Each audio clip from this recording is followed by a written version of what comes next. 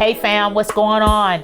This is Jayla Pickens. Welcome to Pickens Realities, our blended family truths podcast. Good morning.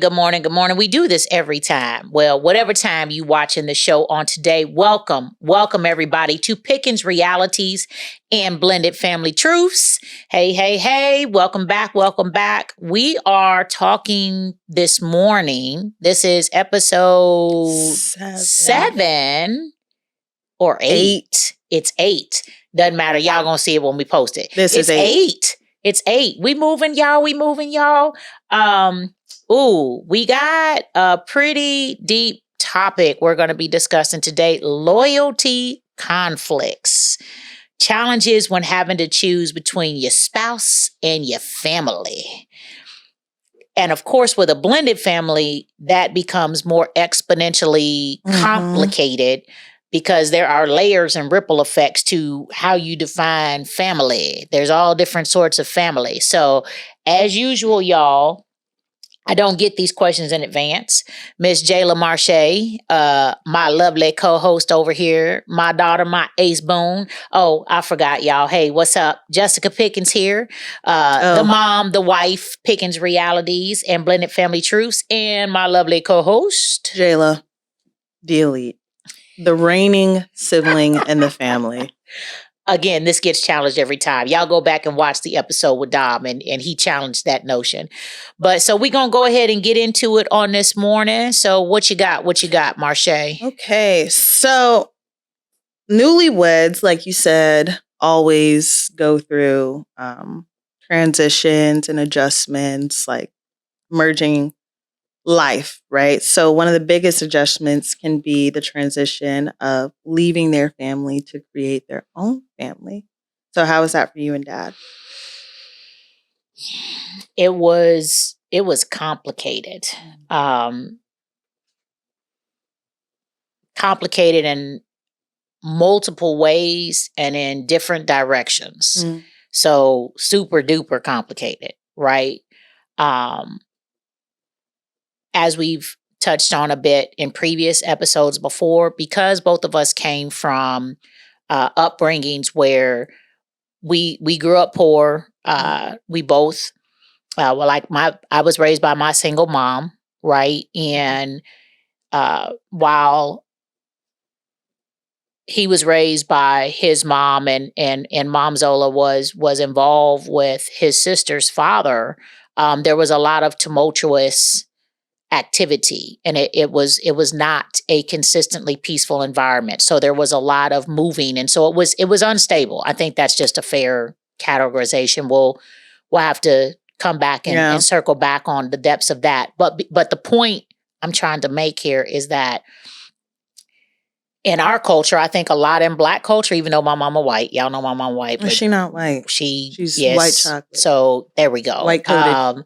But we were raised tight as to lean on each other. And even though I didn't have a big family, my mom and then my two siblings, of course, growing up, I had two siblings before my brother passed away, but we were extremely tight. And so again, we've talked about, I've discussed before that you create what your norm is. Right. And so you develop when you're in survival mode and you're developing, how do you come up with being as comfortable as you can with the circumstances and situation that you have. Right. And so his family was beyond tight. I had close relationship with my sister when we met. I actually had a strained relationship with my mother, and my brother was deceased. My father I didn't know that. When I met your dad, my brother had. No. I'm talking about you and Nana. Well, yeah, I had already. Yeah, we had gone through, because again, when I first moved to Springfield and went through all of my counseling, it was very, very difficult. So when I was going through my process of self-healing and diving into how in the world did I end up where I was at? And I was a single mom, and yeah, I had went back and gone to school, but I just had all these issues, and why hadn't it been my turn to get married yet and all of this stuff. And when I got into counseling and for the first time, I discovered that my mom was not really a good parent. Again, we've talked about, she loved us, no doubt about that. She did not fulfill her parenting responsibilities and obligations to us because she was out doing what she was doing in the realm of community activism, community organizing, and trying to help other people. And we suffered behind that. Go back and watch the episode prior to this one with myself, my mom, my sister, and you can get the gist of what I'm talking about. And so that happened when I moved to Springfield, that counseling I was in. So that was in 2000, right? So between 2000 and 2001, and I actually had a pretty rough, strained relationship with my mom for several years behind that because I was just really torn up and hurt. So when I met your father and there was the whirlwind, we did the meet and get married in less than 90 days ordeal. Part of the issue one of the challenges is that he and his family were so tight. Really at the beginning, only one of his sisters was even willing to try to get to know me.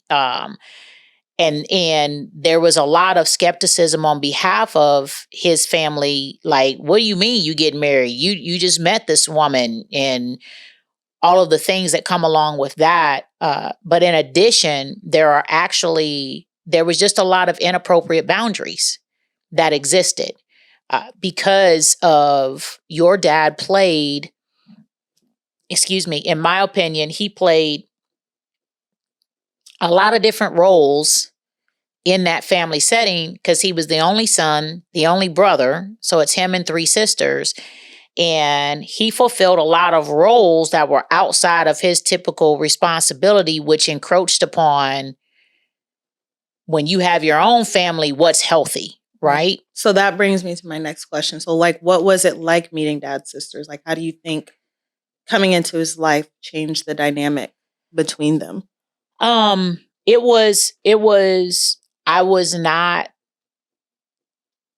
like, there was one of his sisters that was, again, willing to give me a chance and kind of sort of out the gate. And then I kind of wore her down. And then one of them scared me, which I'm very tight with her now. And we've gone through different seasons. Right. And then one, it was just very challenging from the perspective of, I think a lot of it was, there was just feelings that I was taking him away from their family dynamic and structure in a manner that wasn't particularly appreciated. Because now that I was there and I was bringing a different level of order and structure to our family that we were building, right out the gate, right? Again, we talked about how you all moved in with Jayla and I, the kids did, and we jumped right into, whoa, here's a bedtime, here's this, here's home. We're like straight up structure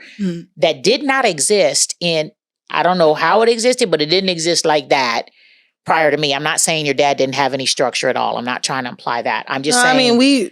It was definitely, from what I remember, we definitely had like some form of, we're all going to bed at this time, blah, blah, blah, like a nighttime routine.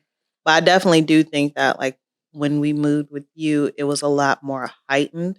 I feel like maybe because my dad, he was so like, at the end of his day, he wasn't sitting there. It wasn't so, I don't know the word that I'm using. It wasn't so like, the word is not harsh, but he wasn't so regimented.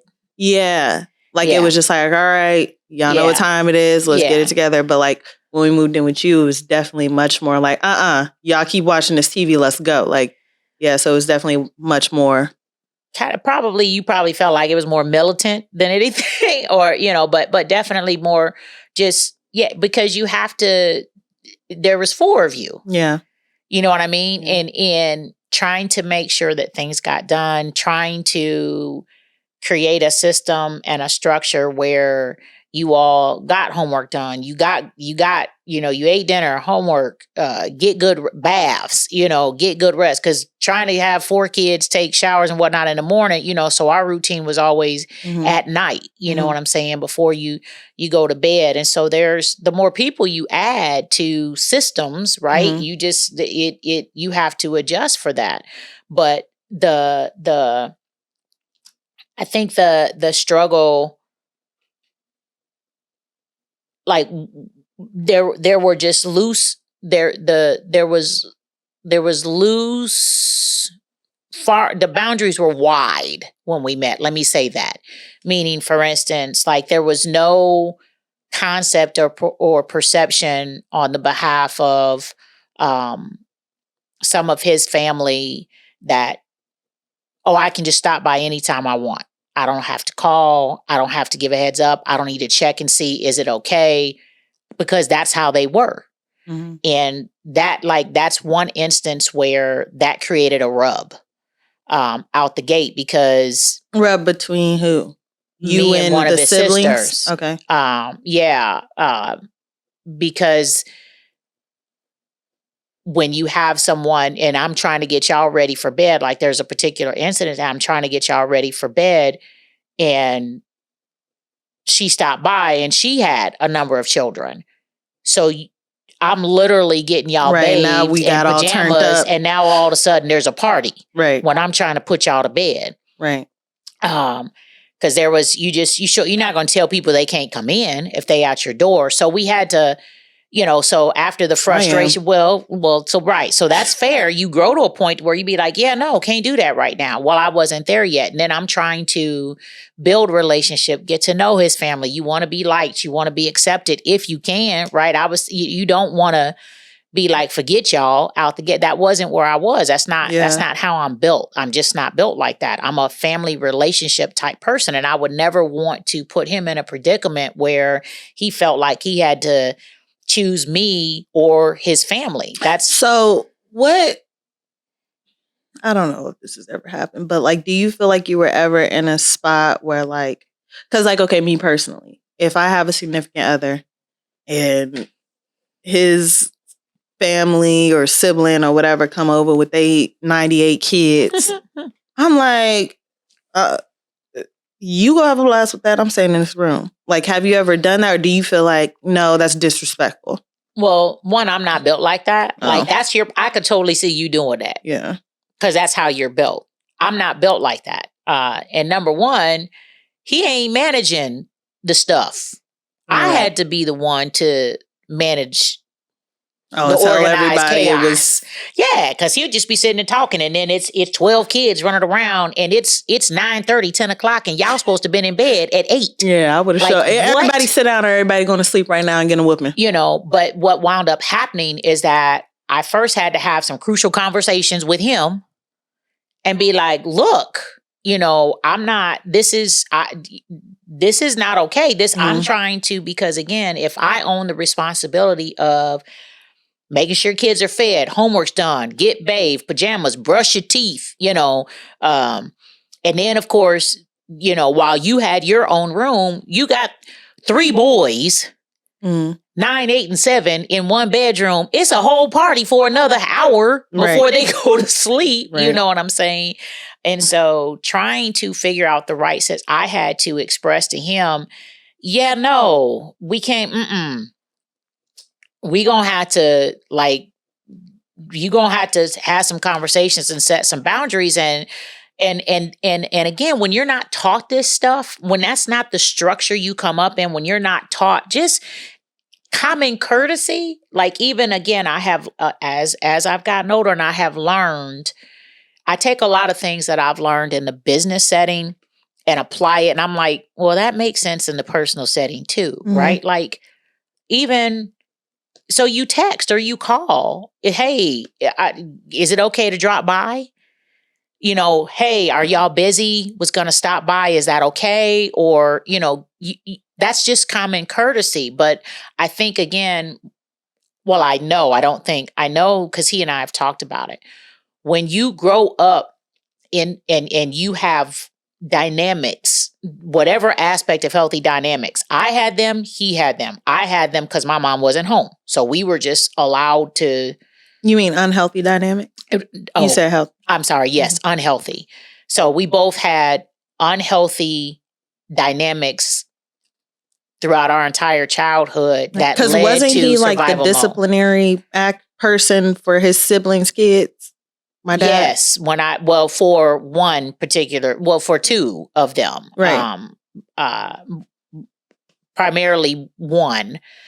So and I've spoken to that example previously. Like, I had made this was like fresh out the gate. Mm-hmm. We probably hadn't, we weren't married yet. We were still engaged, and I had cooked full-blown dinner, fried chicken, mashed potatoes, like a dinner. And I was proud, and we get ready to sit down and eat as a family, which was important to me. Right. And he got a phone call saying that from one of his sisters, saying that one of her kids was cutting up and she needed him to come discipline and deal with the situation. Because it was a male child. And she was a single mom. And he was like, "I'll be right back." I was like, "Excuse me?" He was like, "I'll be right back." And I was like, "What do you mean? I just cooked. We are about to sit down and have dinner." And he left. And well, I would have grabbed the back of his skin on the back of his neck. I was hotter than fish grease. I'm trying to tell you right now. So, I mean, I was sit your black livid because I could not believe, and so that was just, to me, that was like, what do you know, this is your family. You don't, and I've sacrificed, I'm trying to do what I need to do as a good, pending wife and a good mom and, family time with the kids. And I done slaved over this stove, Ninja, and you what? And so we had to talk about, like, we had to engage my spiritual dad. We had to engage Dad Walton, and I had to be like, "Yo, you better talk to your guy, because what in the flim flam? Like, excuse me." Y'all must have really loved each other. Man, had it been me, I would have put myself first. Lucius. He literally was like, What's the problem? I'm sorry, you don't see an issue with this? You think it's okay? But he had assumed the role of being, again, that's why I said your dad played a lot of different roles. So that was his sister, that was his nephew. But he was playing, boyfriend, husband, handyman, all of these functioning roles in different ways for his now mom don't and clock his the sisters. boyfriend and start taking it far. Yeah, like, relax. You know what I mean by that, but meaning, so that's fair. But let's be mature adults, people. Yes, what I'm trying to relay is that if you're dating someone, you're typically not going to call your brother to come handle an issue with your kid. And typically, okay, fair. But you know what I mean. I know what you mean. Like, and if you're dating someone and something's broke, typically you ask them to fix the light. You don't call your brother to come fix the everything. Light, right? Yeah. And so, but for your dad, one of the areas that he has, that had to be dealt with, like each of us still had our own baggage. Mm-hmm. We each still had our own issues. We still had a lot of unpacking to do. The need to feel needed is real. And I would say from my perspective, like women, most women, I know, you need different ways, but I'm a touchy-feely. I'm emotional. I need more, everybody's love language is different. But, when it comes to people are people, we're all humans. And again, God built us to want to be needed, right? But that shows up in different types of ways. And so for your dad, because of what he had been through as a kid, the instability, and he's talked about that, from not having his biological father and then being in a home where who was effectively, even though they weren't married, he turns stepdad. his stepdad, was physically abusive. Mhm. And so you go, you grow up in a home like that, and his insecurity developed from that. Mhm. My insecurity developed because I didn't have my dad. Mhm. So you have two people that have different levels and different types of insecurity. And so you manage that in different ways. For your dad, part of what he didn't get in being reaffirmed as a kid, he was affirmed through being what was ever needed for his mom and his sisters. So that brings me to my next question. So being someone that's had to help with more or less the livelihood of y'all's parents, right? Mm-hmm. How hard was it, do you think, was it for your moms to relinquish their spots to your spouse? I'm like, I gotta think about how to answer this one correctly. Well, one, I wasn't in a good place with my mom. Right. So there wasn't that type of spot to relinquish. Mm-hmm. And I'm not proud of the fact that, and again, I stated it, go back and watch the episode, y'all, with my mom, the first one, because she'll be back, because there's a lot to unpack there. You should put like when she says go back, like something on the screen blur. To just be like, bloop, bloop, bloop. Yeah, to flash, like, here, go to this one. Yeah. But my mom, I didn't have tight relationship with my mom. So there wasn't like a real rub there. On the other hand, Grandma Zola was like, take me, Lord, Mama Jesus. Zola, yeah. So there's been a lot of ups and downs, and times where I'm very cognizant that our relationship wasn't particularly appreciated because I think people felt like I was taking Tyrone away. And that's hard. How do you deal with that? Because I'm not married, right? Yet. You'll get there. But it's like, for all points and purposes, my dad's a mama's boy, right? Well, yeah, he didn't have his dad. You know what? I'm actually putting it in perspective for myself. I was dealing with someone that was more or less a mama's boy. Mm-hmm.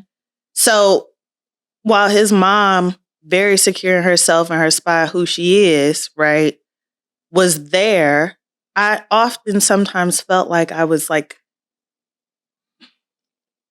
subconsciously or unintentionally like put into not all the time, but like sometimes put into certain like spaces where I'm competing against, like, that's real. My G, I'm your girl. That's your mom. Like, I don't know what you expect from me. Well, and so I didn't experience, I know what you're talking about, and I understand your analogy, and I agree with you on that analogy, and that's a real thing.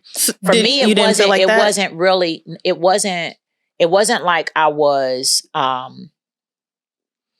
I almost feel like it was probably the reverse with our relationship a little bit. I feel like sometimes that might have been her perception, that she was competing with me, because now the attention that used to be readily available for his mom and his sisters, the majority of that was now consumed by me and the new family, right? So regardless of his past, I don't know what the dynamics were with the relationship he was in prior to me, but obviously it wasn't what relationship? What we were. I mean, the relationship he was in. Yeah. Wait, his marriage or like? No, not his marriage. And I don't know that either. Honestly, to be quite honest, I either. Don't. I was just starting out. I was just fresh in this world. So, but I'm saying, I don't know that that's interesting too. So we need to like get him on here and kind of dig a little deeper on that to help people navigate those different instances. So I'm not sure what the dynamics were between his mom and his sisters in the marriage to your mom or his other previous serious relationship? I do kind of quote unquote know, because it's like I think my mom more or less grew up around them. So it's like it wasn't necessarily like. What do you mean grew up around Not them? like since kids, but like when they were like in high school, they've known of each other. No. Your mom didn't grow up in Decatur. I know. Your dad did. My mom was in Springfield. No, Right. I'm saying, but like the Decatur and Springfield is 30 minutes. Yeah, but no. Everybody in Decatur knows everybody in Your dad met Springfield. your mom. You don't know this story? Your dad met your mom when he was working at Pizza Hut. Right. I know that. Yeah. But so then let me backtrack a little bit. Regardless, I know that they were more like cool with each other. Like it was like they were still in the age of like kicking it. I think so. It's like that's fair. And he didn't have kids, right? So that again, when he didn't have kids, you know, so it was not just me thinking him. we always so been there around. was right, no, yeah. Eric came first when they were married, right? And so the reality is that I think because one, they were very protective, rightfully so, of your dad because nobody wanted him to get hurt. And they going, look, man, right? You don't know her, right? And we for sure don't know her. So what you talking about, Willis? What you mean? Do you think married? that it was a situation where he was used to always bringing the ladies that he was dealing with to meet his family first instead of just making that decision on his own? You know what I'm saying? I don't know. Because we didn't talk about we should have that. told his little bald-headed self to come down here. Yeah, but he's working, so I don't know if he can come jump in here. We could have him. We could spot check him though. Calvin, go see if he got 15 minutes. We got a question.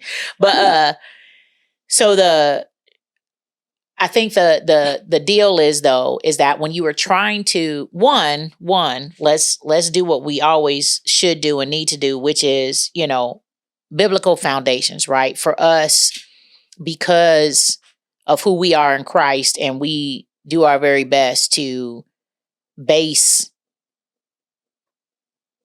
our lives, our decisions, on the foundation of the word. The word is clear, you leave and cleave, right? And so it's God and then family and family order being, if you're married, it's you and your spouse first. And then you have to figure out, and then your kids, and then you figure out the rest of your layers and your dynamics. And if that is out of order, you are going to have issues, right? And so if I am preferring something that my mother says or does over what my husband desires, it presents a problem. And like we had that real life scenario. Like, mom, Nana, used to watch the babies, right? So she would come to the house and keep Dawson and Gabby while we went to work. And my mom still had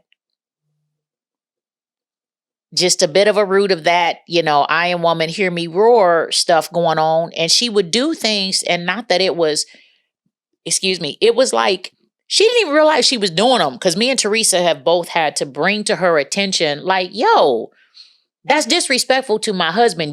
This ain't gonna work. I love you, but you're making me choose, and I'm gonna choose my husband all day because that's not fair. Don't put me in that predicament. But she would do stuff like Tyrone would come in the house first. I'm coming in behind Tyrone. Tyrone would walk past. She would speak to Tyrone. Tyrone would speak to her. I come in and she would tell me the toilet ain't working. Why are you telling me that the toilet is not working, lady? I don't fix toilets. Right. It was a root left up, and it was just out of order. And that's kind of, people may think that's a weird example, but it's a real thing. Do you feel like she was trying to, my husband felt disrespected. Right. Because my wife ain't fixing no toilet. So why are you not telling me the things that you should be telling me? Why are you skipping me, and I'm the head of the house, and this clearly falls in my lane. If it's something about homework, don't talk to Jess. But when you know what the boundaries are, you know who's in what lane, and then you do it multiple times. It created a problem. It just used to burn his britches because it felt like disrespect to him. Well, that's not something that I can tolerate. If you tolerate your parent or anyone in your family disrespecting your spouse, you're allowing seeds and roots of disrespect in your marriage to because only I fester. can disrespect my spouse. No, I'm kidding. Well, but it creates, and again, this is where that whole situation of communication, because then if that's something that was happening, and sometimes I wouldn't even know. And then he'd be like, I don't understand what your mother's problem is. And I'd be like, what are we talking about today? Right. Why I'd walk past her first and why maybe she was in in her brain still like, this my daughter house. You know what I'm saying? Like, because she's so used to you having your own, and it's just like, yeah, but no. My mom just still foundationally struggled for quite a while with the idea and concept of submission to a man and a man being head of a household because of all she went through and because of being and I'm all about, listen, I'm all about, women should be treated with respect. I do not. But as much as I was raised at the same time, that's not a but. At the same time, as much as I was raised, women you don't need a man. I don't agree with that. I just don't, because I ain't trying to do everything a man does. At all. I'm not. When I was a single mom, I was a single mom. I was not Jalen's mom and dad. He had a dad. I'm not a man. I'm not trying to be a man. Yeah. Well, I'm happy to have things divvied up. Yeah, don't you do it. I cut it out. And it's wrong. And I get on you about it when you do it all the time too, because you're not. You're just not. It's just not the truth. As a single parent, and your dad, he wasn't y'all mama. He wasn't the dad and the mom. He was the dad. So if you're a single dad, you're a single dad. If you're a single mom, you're a single mom. The truth of the matter is that if you do not have healthy co-parenting, your kids are missing part of the balance and the dynamic in their life, period. I'm sorry. Yeah. Again, this is my very strong opinion. That's why my baby very strong opinion based on my life experiences multiple times over. Yeah. I can't, I'm not a man. I can't think about, there are things that men have to deal with and work through and navigate that I can't even fathom. I definitely want to be just a girl. So back to, we got a little sidetracked, but I guess somebody needed to hear that. This also kind of does bring it to the next thing, right? So you were saying how your mom was more or less being disrespectful, disregarding dad. Yeah, she would do it not just, she would do it in my house, and then there were instances where she would do it at with Teresa's house. Yeah, Teresa and Walt. And it's like, man, like what's up? What is going on? So we have had to. She thought men were the Antichrist. You know what? That'll go get you. Okay, so because you guys had to, from a very young age, had to take care of yourselves, right? Do you think that either of your mothers believe, because now you have this stability, that it was your job to maintain them? Do you think that some of their actions might have been out of jealousy of your stability with your partner or your spouse, and it's something that they didn't have, so they acted how they acted, or expected you to give them things because they didn't, you know what I'm saying? I think I do. It's a little sensitive. But hey, it's Pickens Realities. And apparently personal people's truths today, not just blended family truths today. Do I think that so I think that's a multi-layered question. So let's peel it back, right? So do I feel like, because we're talking about loyalties and how do you navigate? So one, you just have regular relationship navigating of when you get married, what happens and what does that mean when there's some conflicting things that arise, and now you have a spouse and you can't be hanging with your mama or your siblings who was your previous ace boo coon 24/7 because now you're married, right? So there's that sort of, and that's blended family or not. Does it get further exponentially complicated? Yeah, because as a blended family, you have to navigate. You can have, for instance, and I'm not losing sight of your question, so I'm sticking. I got you. But let me make this point because it kind of ties in because you can have good relationships still with your ex-spouse's family or your other the biological parent of your child. I was never married prior to Tyrone, but I still had good relationship with his dad. Well, once we repaired stuff and when his mom was still alive and then his dad is still here. So I have good relationship with those people. It's not like I hung out with them, but that's a scenario that could be true where you go and spend time with your ex-in-laws or your ex-sister-in-law, ex-bro. You see what I mean?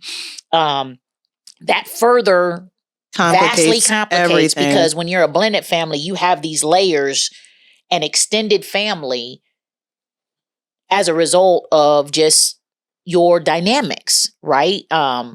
It's complex, right? It's there's a lot of complexities. So in that instance, and getting back to what you were asking, as far as do I feel like either of our mothers caused an issue with us because they felt, and it's really I think the gist of your loyalty that probably they were automatically owed something from us because they raised us. Right. And was there an automatic expectation for us to assist them or help them in X ways, whether that's financial or time or anything else? I think that's the gist of what your question is. I do. I don't think it's never been overt. I think it's been more subliminal and subconscious. And it's but like for me and my mom, like we've addressed, it was never like nasty or intentional. And we talk about it regularly because she doesn't, she doesn't enjoy the ask, although then there's conflicting things that come sometimes where it feels to me like the way and it comes across and is being asked when there's assistance needed in different ways, like it's an automatic assumption that it's not a problem or I'm supposed to or it's okay. And that can be a challenging thing to navigate. And again, what I do a lot of the times, and because Teresa serves not just the role of, she's my spiritual mom. So this is another topic of conversation later, but because Teresa's my spirit, her being my spiritual mom, I actually a lot of the times, and particularly over the course of prior to being married and since being married, I have more of a mother-daughter relationship with my older sister than with my mom in a lot of ways. And so when I feel like that is going on, I call my sister and I'd be like, your mama tripping. If you don't call your siblings to talk about your parents, are they really a sibling? So we hash that out. I know that Ty and his sisters, navigate. And that's what you're supposed to do, when you're trying to figure out honor thy mother and thy father. Honor them. And so it is. But both of our mothers are also very strong and very strong-willed. Yeah. So it's not like they have this, anything that's been needed has not been done from a place of malice or malintent at all. And life has lifed for them in a different type of way that actually breaks my heart, because whatever we are able to do, like if, the minute I'm able, or we're able, and we've talked about this, the minute we're able, like if we could purchase a building and put the two of them in one spot so we could, we will absolutely do that. Now, ain't nobody coming to live here. Right. That is a golden rule. Love y'all. But because so I don't want y'all saying nothing when it's y'all time, because y'all ain't living with me. Well, I don't need y'all to. Got 7 other people y'all can ask. Listen, let me tell you something. It won't be me and mine. Don't ask me and mine for my goal is to go about this place in a blaze of glory, and the Lord can transcend me up. I'm gonna be working out till the cows come home. And I told y'all I want my 120. I'm nosy. I'm nosy. So I'm trying to make it beyond 100, but I'm gonna do my part to be healthy. And both of them have had a lot of medical, health challenges, like unwarranted. I mean, Jesus, my mom has survived cancer 4 times. 4. So she's a living testimony just from that. But the results of that has greatly impacted her health. Yeah. She wants to be able to move around and be able, and that, so it is very challenging when you are navigating that part of loyalty, when you have a parent who has health challenges, memory challenges. Do you think sometimes,